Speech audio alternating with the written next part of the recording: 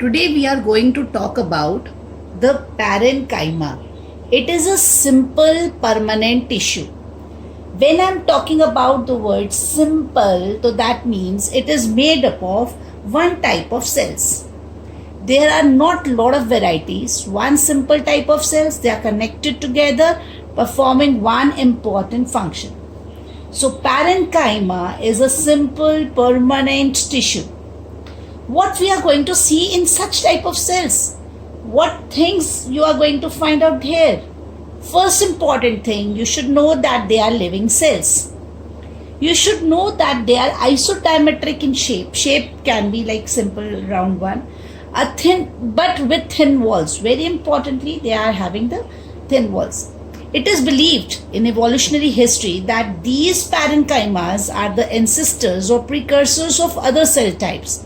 So they are very much similar, not exactly like meristematic tissues, but almost in evolutionary history, they are the base for the other cells. So mostly these cells, they have the thin walls. They have a central large vacuole, which you can see here, with a distinct nucleus. Now, when a big vacuole is there, there might be doing some important business, some important work.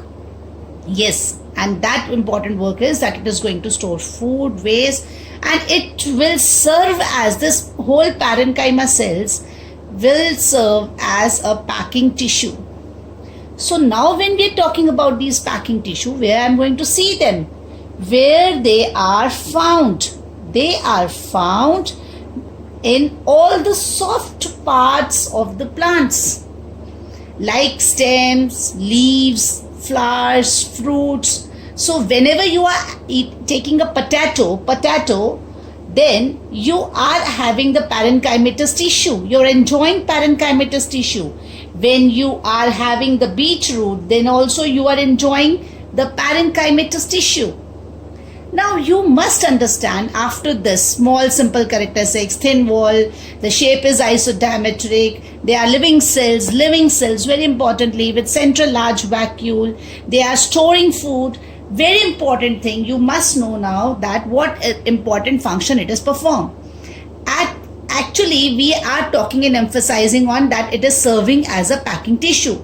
So it will serve as a food storage tissue. And in soft parts, where the herbaceous plants are there, herbs, घास आ गई उसमें, या पुदीना आ गया, धनिया आ गया, छोटे herbs होते हैं, there it serves as a support of the stem also. So sometimes support function is there, a lot of functions are also it is performing. Now we have talked about the features, we have talked about the function. Now you must know that when transverse section, when like this you are cutting down the things, जब हम cucumber को ऐसा गोल गोल काटते हैं, तो this is transverse section.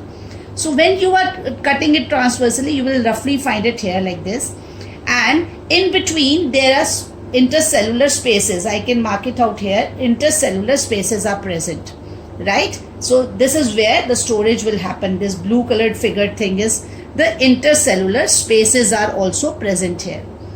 As per the presence of chloroplast, if the chloroplast is present, then it will be called as chlorenchyma. Mind it, my dear students, chlorenchyma, because it is very much name is similar to collenchyma, the other type of simple permanent tissue. So we must not confuse between this chlorenchyma. And if air is present, like in lotus, the water hydrophytes, if air is present, you will call it aerenchyma. So depending upon the presence of chloroplast or the air, there can be the two types of parenchyma tissue. They are chlorenchyma or aerenchyma. So one simple thing, we are talking about the simple permanent tissue, and that is parenchyma. I hope this class 9th science topic tissue we are going to take up one by one, and it will make the things much easier for you to understand. Thank you.